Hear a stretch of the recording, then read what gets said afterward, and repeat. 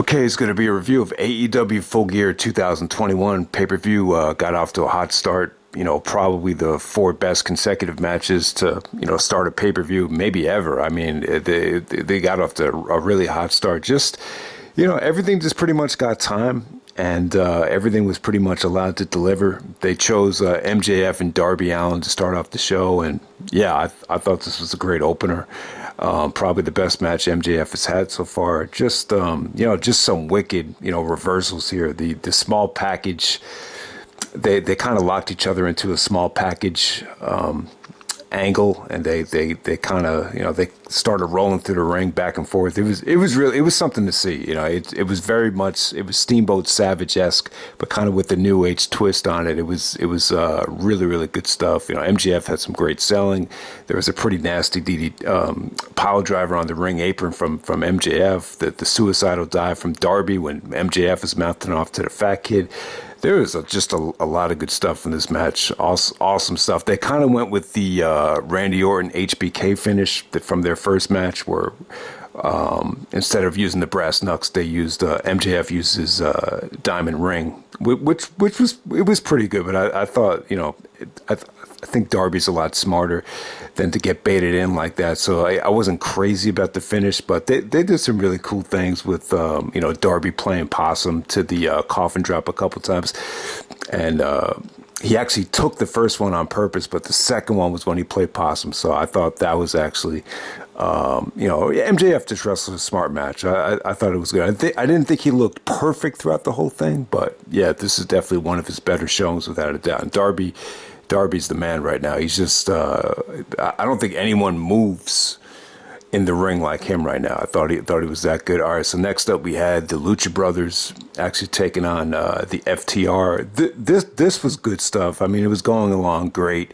FTR hit some really, really nice false finishes, and they're just so convincing and so strategic that, you thought, the way the match was going, you thought they were setting it up for them to win the belts back. They actually lost the belts a year ago at Full Gear. But, I mean, what really, I thought this was going along great. I thought this was on its way to being better than the match they had at Full Gear with the Young Bucks from last year. And, the Eddie stuff really brought the match to life, So this is the 16th anniversary of Eddie's death. And I believe it was actually in Minnesota. I think that's why they made such a big deal out of Eddie's death tonight. It's November 13th, and they're back in Minnesota. I think Eddie actually died in the hotel in Minnesota. But yeah, bottom line was I thought the Lucha Brothers tribute to Eddie, it was probably the most effective of the night. It just gave me goosebumps. But I don't know, the finish here was a little bit weird. I think it was Cash Wheeler. He put back on that green lucha mask, and I guess he was trying to disguise himself so he wouldn't be known as a legal man or whatever. But it kind of backfired on him, and the finish just came off kind of flat for whatever reason. But yeah, still good stuff. It just didn't surpass the match they had with the FTR had with the Young Bucks last year at Full Gear. But yeah, still great stuff. Still continued the momentum into another just really, really great matchup right there. And then next up, we got Bryan Danielson taking on Miro. This is the finals of the tournament for the number one contendership.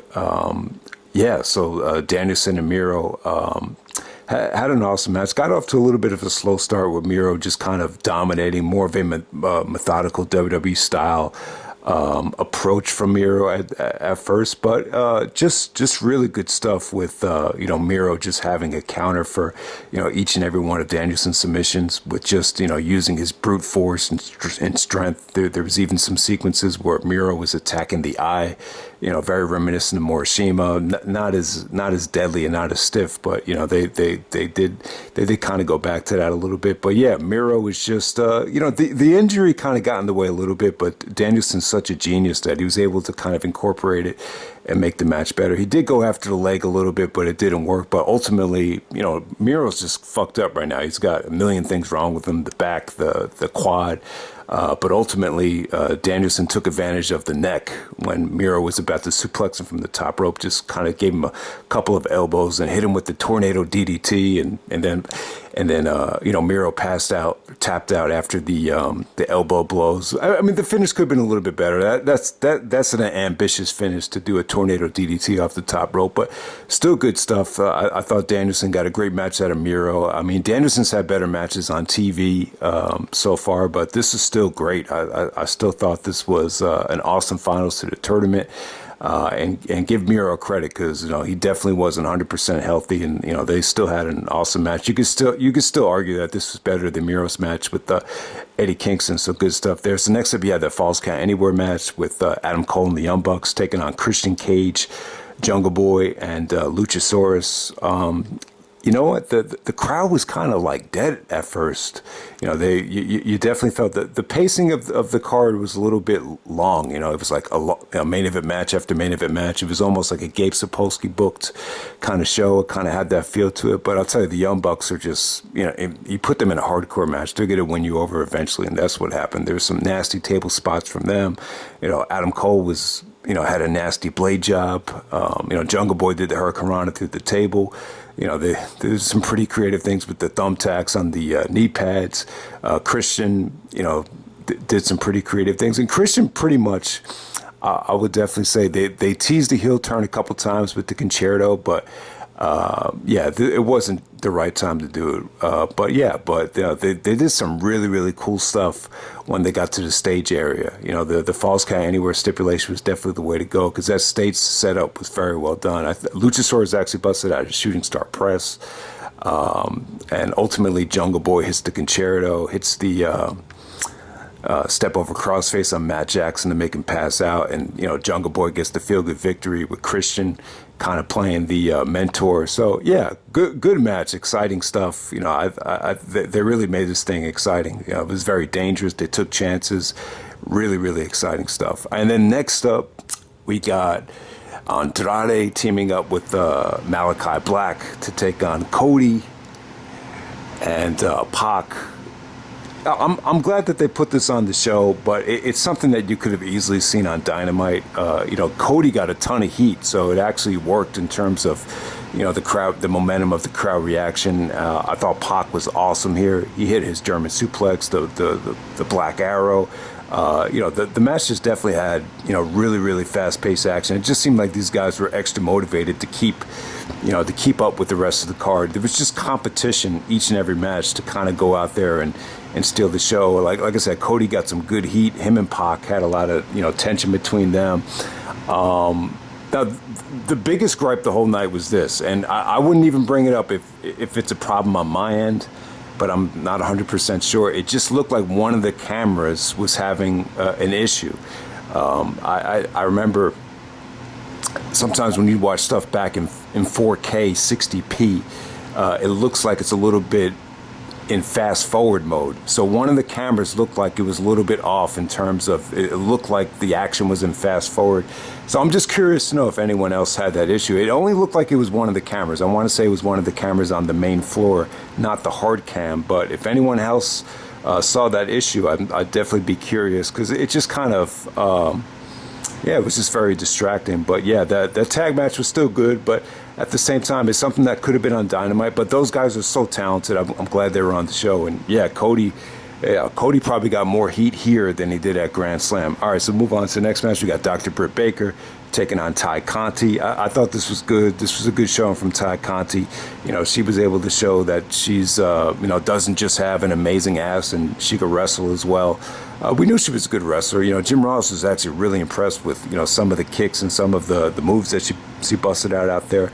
I thought she was good. I thought she outperformed Britt Baker. She's got a really nice arsenal of moves, but her and Britt, they got time. They worked a pretty dramatic match. Britt actually ended up winning with an Oklahoma roll. The interference was a little bit distracting, but a very predictable match. But at the same time, I thought Ty Conti really, it was a great showcase from her. But at the same time, I just felt like the match was very predictable. But it was still good stuff. It was still good. They had to follow 5 really incredible matches. So, give those girls credit. I still thought it was good stuff. And then after that, we got Eddie Kingston versus CM Punk. This was pretty awesome. So Eddie actually gives Punk a back fist to the future straight out of nowhere, and you thought that might have been it. You're like, Punk sold it like he was knocked out, but yeah, man, the match was cool. I was surprised at how many people were against Punk here. I just think a lot more people can relate to Eddie Kingston. It's CM Punk is awesome, and he's very popular, but I think after the Eddie promo, it's just like more people probably could relate to a guy like Eddie Kingston than CM Punk. But yeah, the match was good. Punk incorporated a lot of MMA stuff and mixed it in with his vintage pro wrestling moves, and it just made for a great combination.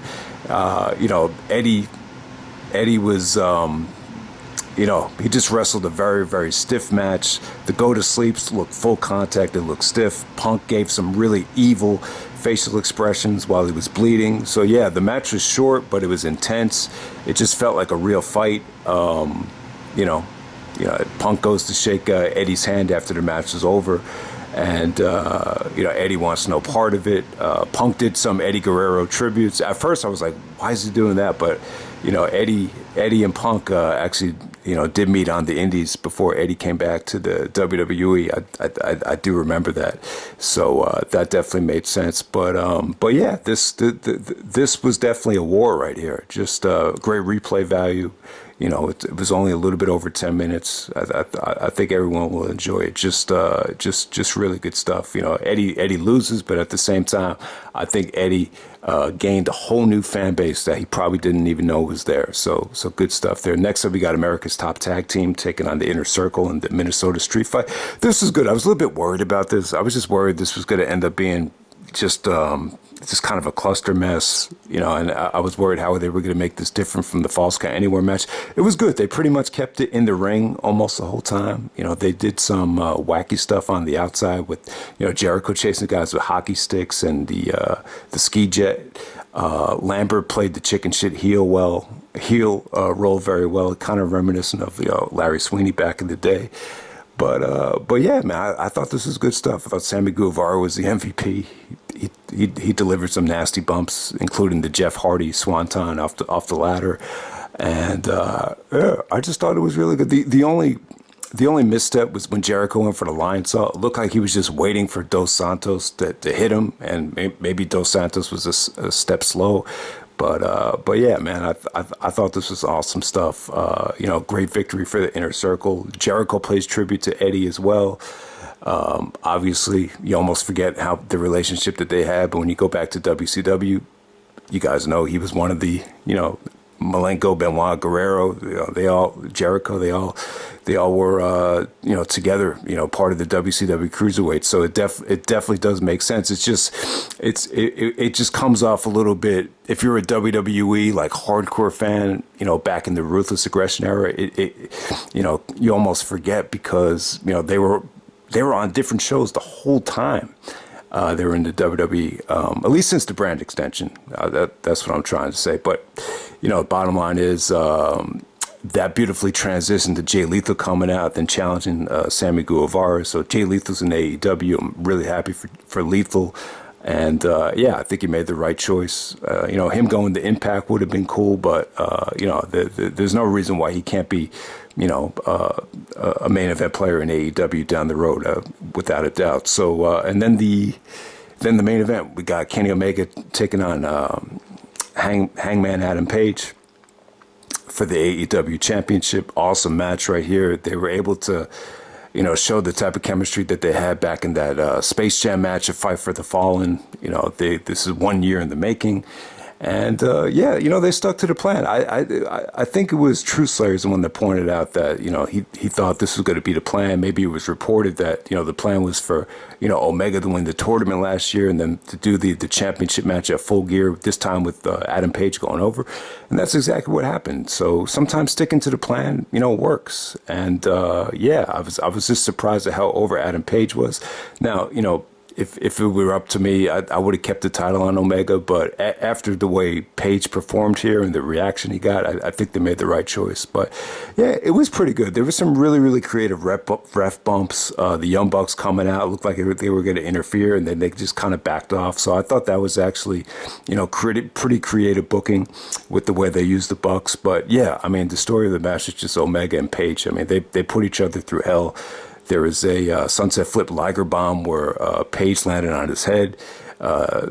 Just so many V triggers and dragon suplexes, and Adam Page going for the buckshot lariat, and some of the lariats were just stiff as hell. And so there was one sequence was just with Omega, just he hit the V trigger, then Page hit the lariat. It just some really, really really good transitions there. And Omega actually kicks out of the one wicked angel, but I think the finish came when after the Bucks came out, it looked like we were going to interfere, and then Page just kind of hit him with the buckshot lariat, and that was pretty much it. So Adam Page, new AEW champion, awesome match. I would definitely say this is definitely better than the Christian matches. This is definitely better than the Bound for Glory main event, without a doubt. So yeah, Kenny Omega, Adam Page, they definitely better than the match from Full Gear last year. Awesome main event. I go about 4.5. Definitely the match of the night, and yeah, awesome pay-per-view. Can't say enough about it. Got off to a great start. There was really no weak links on this show. There was nothing bad in terms of wrestling, and it's just funny that the one pay-per-view where there's no weaknesses, there's kind of a technical issue, but I don't know. I don't know if it was a problem with just me, but it just looked like it was an issue with one of the cameras. And the speed of it just looked like it was in fast forward. That's the only gripe I have with the show. But other than that, the wrestling was awesome. And it was an ambitious show as well, because I think it's tough to book, a 20-minute match after 20-minute match with, I started to feel really burned out, like after that tag match. But still, man, it was still an awesome show. AEW only does 4 pay-per-views a year, so I don't mind them really going all out and delivering an incredible, pay-per-view, once every, 4 times a year. You definitely understand it. So yeah, thumbs up to the show, definitely delivered, and I'm out. All right.